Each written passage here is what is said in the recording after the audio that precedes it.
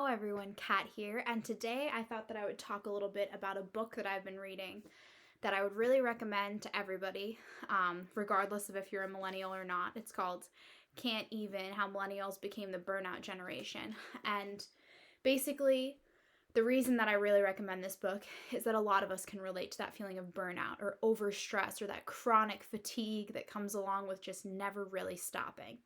So, what made me think about this book and that I would recommend it this week is that in my health psych class, we're actually talking about chronic stress and all of the various health problems that can come from chronic stress, the psychological problems that can come from chronic stress, and just the mess that you can feel like when it feels like your plate is just never empty.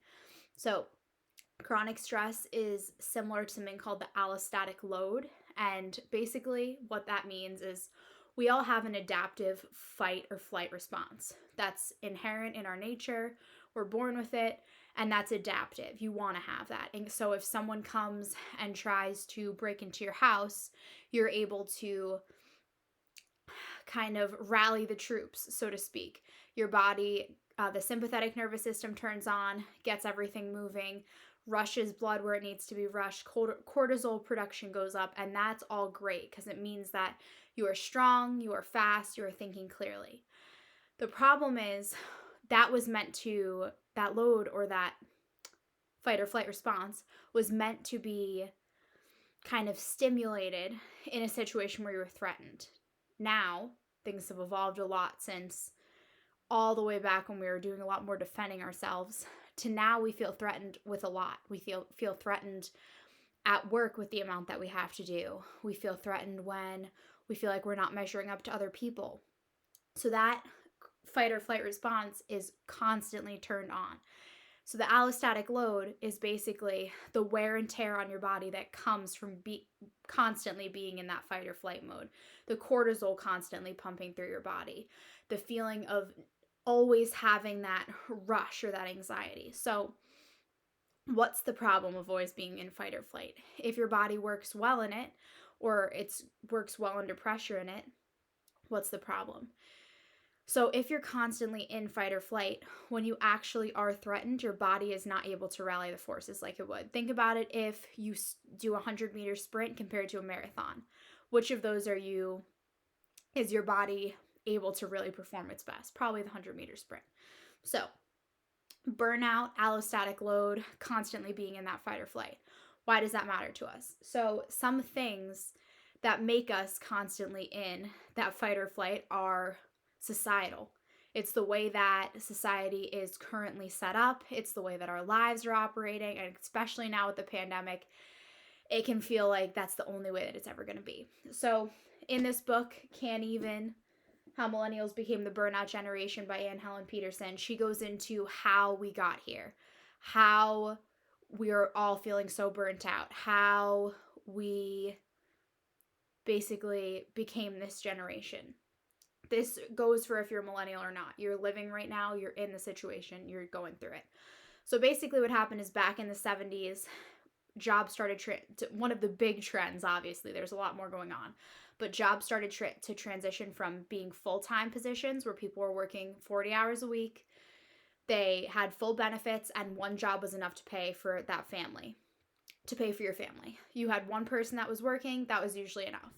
Slowly but surely, we've went from that type of an economy to a freelance gig sort of economy where people are working as freelancers. They're working as Uber drivers, Instacart shoppers. They're working as designers.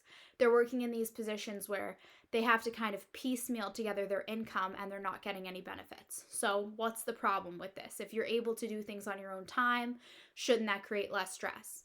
No. The problem with that is that there's never downtime. If you can always be working, when you're not working, it feels like you're just losing money.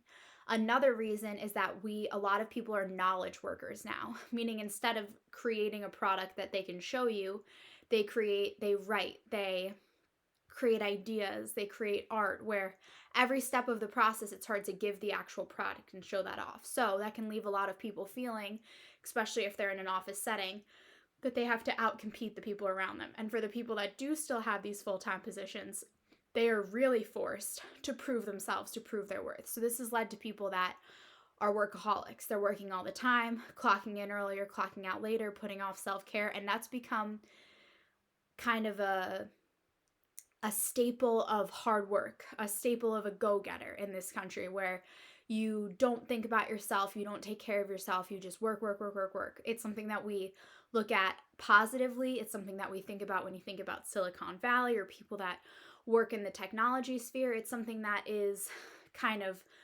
lifted up onto a pedestal. So that's number one, the change in our economy, the lift up, I don't know what exactly you want to call it, but the look of success as something that means that you have to sacrifice everything else in your life, put work first, and never really stop.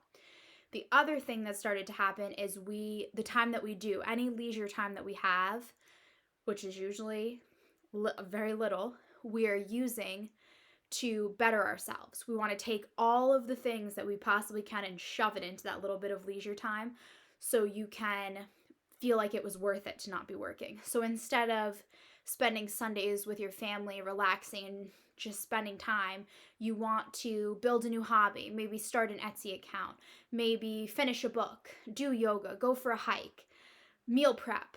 And all of these things are great. None of them are bad in and of themselves, but the problem is that a lot of these we're not doing them because we want to. We're doing them because we want as much stuff to be crammed into that leisure time. Then on the opposite side of it, people are so tired. So that's for like Sundays and long periods of time off. You're shoving so much into it to feel like it was worthwhile that you're not even really getting that downtime that you might need, or enjoying the activities as you're doing them, enjoying reading that book, enjoying going for that hike.